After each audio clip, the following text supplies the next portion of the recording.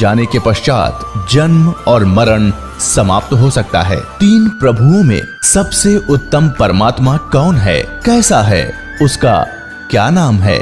इन सभी गूढ़ रहस्यों को जानने के लिए अवश्य सुनिए जगत गुरु तत्वदर्शी संत रामपाल जी महाराज के अमृत वचन।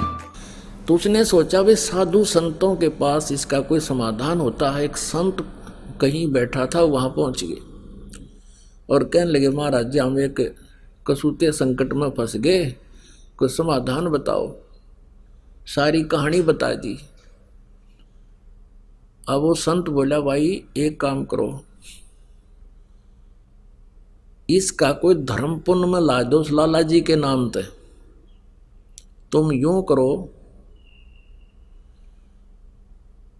एक धर्मशाला बनवा दो मेन रास्ते पे और एक कुआं बनवा दो, उस पर लिखवा दो लाला जी उस सेठ का नाम के उसके नाम की धर्मशाला। और तुम यूं करियो, उसमें किसी को रुकने मत देना और ना उस कुएं में पानी किसी को पीने देना। बोला जी फिर क्या होगा? फिर तुम मैं बताओगे क्या होगा, और जो मैं कहूँ इतना कर दो। अब वो ने सोचा भी महात्मा ने जो कहा है तो बात फिर ये जाना आगे क्या होगा। उन्होंने एक मेन रास्ते पर जो स्टेशन से उतर कर गाँव को आता था,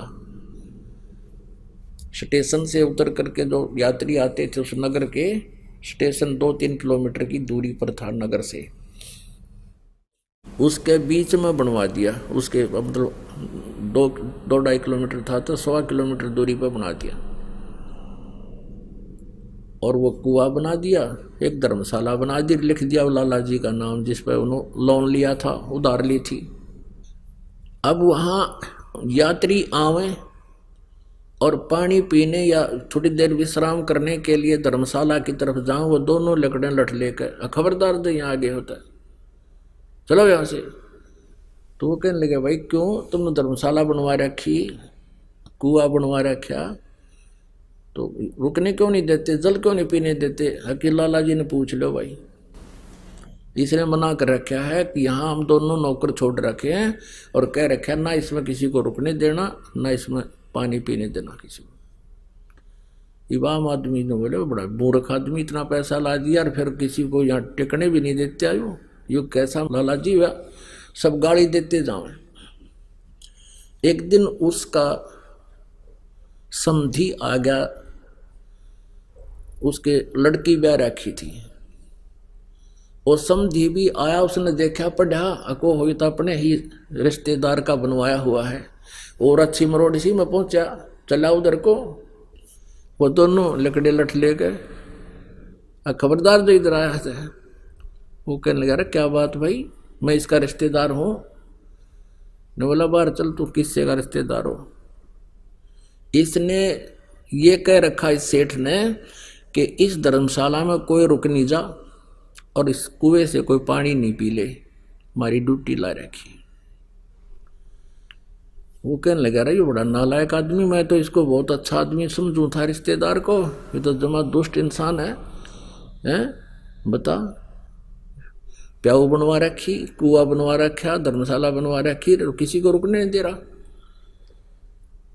वो आया फिर अपने रिश्तेदार के घर आना ही था उसने, तो उसने उससे कहा रे तू बड़ा नकम्मा आदमी, क्यों तो इतना पैसा लगावा था, तने वहाँ कितने पैसे लगा रखे, धर्मशाला बनवा रखी, कुआं बनवा रखा, और वो 2 मस्टंडे छोड़ रखे, तन ना पानी पीने देते किसी ने और ना वहाँ रुकने देते, फिर क्यों इतना पैसा बर्बाद किया, तेरी बुद्धि खराब होगी क्या? अब वो ने सोचा भाई कौन सा कहाँ धर्मशाला है, कौन सा कुआं है। वो काफी देर सोचता रहा, क्या बात है, क्या कह रहे हो आप? कह के मैं झूठ रहा हूँ, तेरा नाम लिख रखा और तेरे नाम से धर्मशाला बनवा रखी, कुछ लाला जी ने धर्मशाला बनवा रखी है, उसी ने ये कुआं बनवा रखा है, और वहाँ 2 खड़े हैं, वो लठली है, इन्हों किससे नियाण दें, लाला जी ने कह रखी है। उसने सोची देखूं तो कहाँ, वो उस दोनों जने आए, देखे तो वह खड़े सामने लठले। वो जान गया कि ये तो भाई मेरी बेइज्जती करवा दी ने। तो कहने लगे भाई तुम क्यों कर पीछा छोड़ो मेरा, वो सेठ बोला, न बोला हमारी वो कलम तार दे और कह दे मेरे आए हो लिए भाई ये 2 जोड़े हाथ, मैंने तुम्हारे अपने लोन खत्म कर दिया और मान लिया भाई तेरा तुम्हारे सारे पैसे आ गए, मेरी बेइज्जती ना करो तुम। तो वो अपना गए और फिर मजदूरी करके अपना गुजारा किया, साधु संतों से उपदेश लिया, भक्ति की, कल्याण करवाया। तो पुण्यात्माओं ये सत्कर मान लेना, भले ही आपको एक दंत कथा लगे लेकिन ये आपके हृदय में उतर जानी चाहिए। आज क्या हालत है जीव की। तो इस प्रकार जब अध्यात्म ज्ञान हो जाएगा आपको, आप ये गलती नहीं कर सकते हैं। ये दास देख रहा है, पहले शराब पिया करते थे, ताश खेला करते थे, दुनिया ने लूटा करते थे, 2 के 20 बनाया करते थे, चाहे कोई दूध बेचा था या कोई दुकानदार था, और दूनी बिरान माटी हो रही थी उनकी। और आज वो प्राणी किसी का 10 रुपये आ जाते हैं ना, घर दे काम वापस।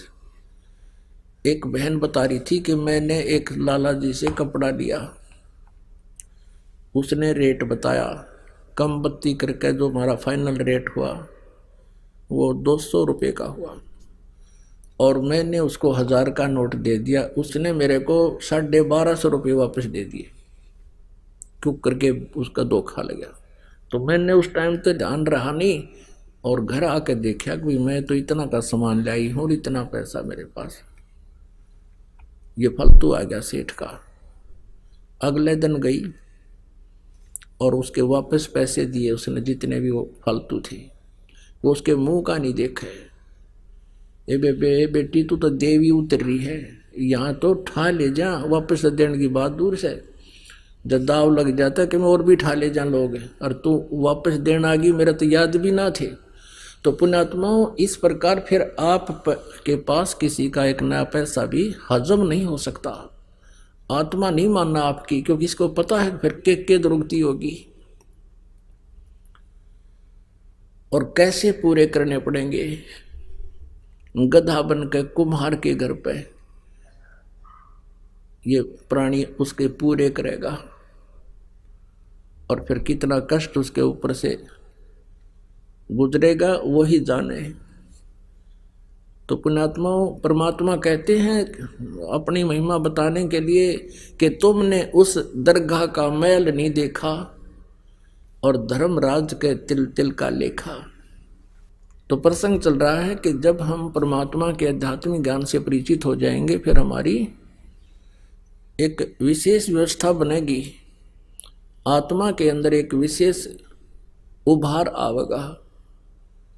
अब देखता ये दास, आज भी कम से कम 4 भक्त आए थे, नो बोले जी रास्ते में 100 रुपये पड़े पाए, अब वहाँ देवा किसने, यहाँ दान कर दिया, घर पर नहीं प्रयोग हो सके। और पहले के सचिथी थी, नो देख के ठा करते, को देखते ना ले और गोज मंगा लेते। तो ये वृत्ति हमारी बदलती जा रही है। कोई कहता 500 रुपये, कहता जी ऐसे 5000 रुपये पड़े मिले मुझे, और जा रहा था, एक व्यक्ति आ रहा था, मुझे ऐसा लगा जैसे इसका कुछ गुम हो गया। मैंने उससे पूछ लिया, भाई कहाँ से आए हो, कहाँ जा रहे के? वो कहने लगा कहाँ जा रहा हूँ, मेरे पैसे गिर गए और जेब मत निकल गए, किस प्रकार मैं कुछ सामान निकालूं था और सारे देख लिया, मैंने पाए नहीं। कितने पैसे थे तेरे भाई? कि 5000 रुपये थे, ये नोट थे। मैं बोला नो के जब मैंने उसको निकाल के दे दिए कि ये थे। उसने सीने से लगा लिया मेरे को, ने बोला राज के युग में इसे देवता बचे हैं। तो पुण्यात्माओं ऐसे यह बिल्कुल स्थिति बदल जाएगी और आपकी आत्मा इतनी खुश होगी उस पैसे को वापस दे करके।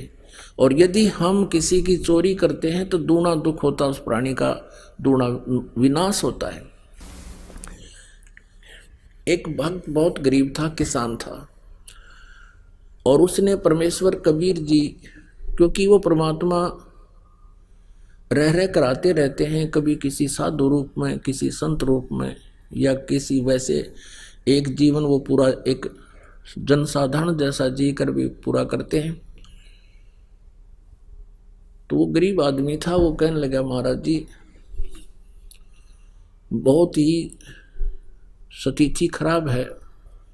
परमात्मा का ज्ञान सुना, परमेश्वर ने कहा बेटा नीत साबित रखिए, तेरा कमी नहीं रहेगी और ये भक्ति करता रहे, जितना तुझे चाहिएगा भगवान 21 देगा तुझे। अब क्या हुआ कि उसके एक बैल था, उससे गुजारा कर रहा था।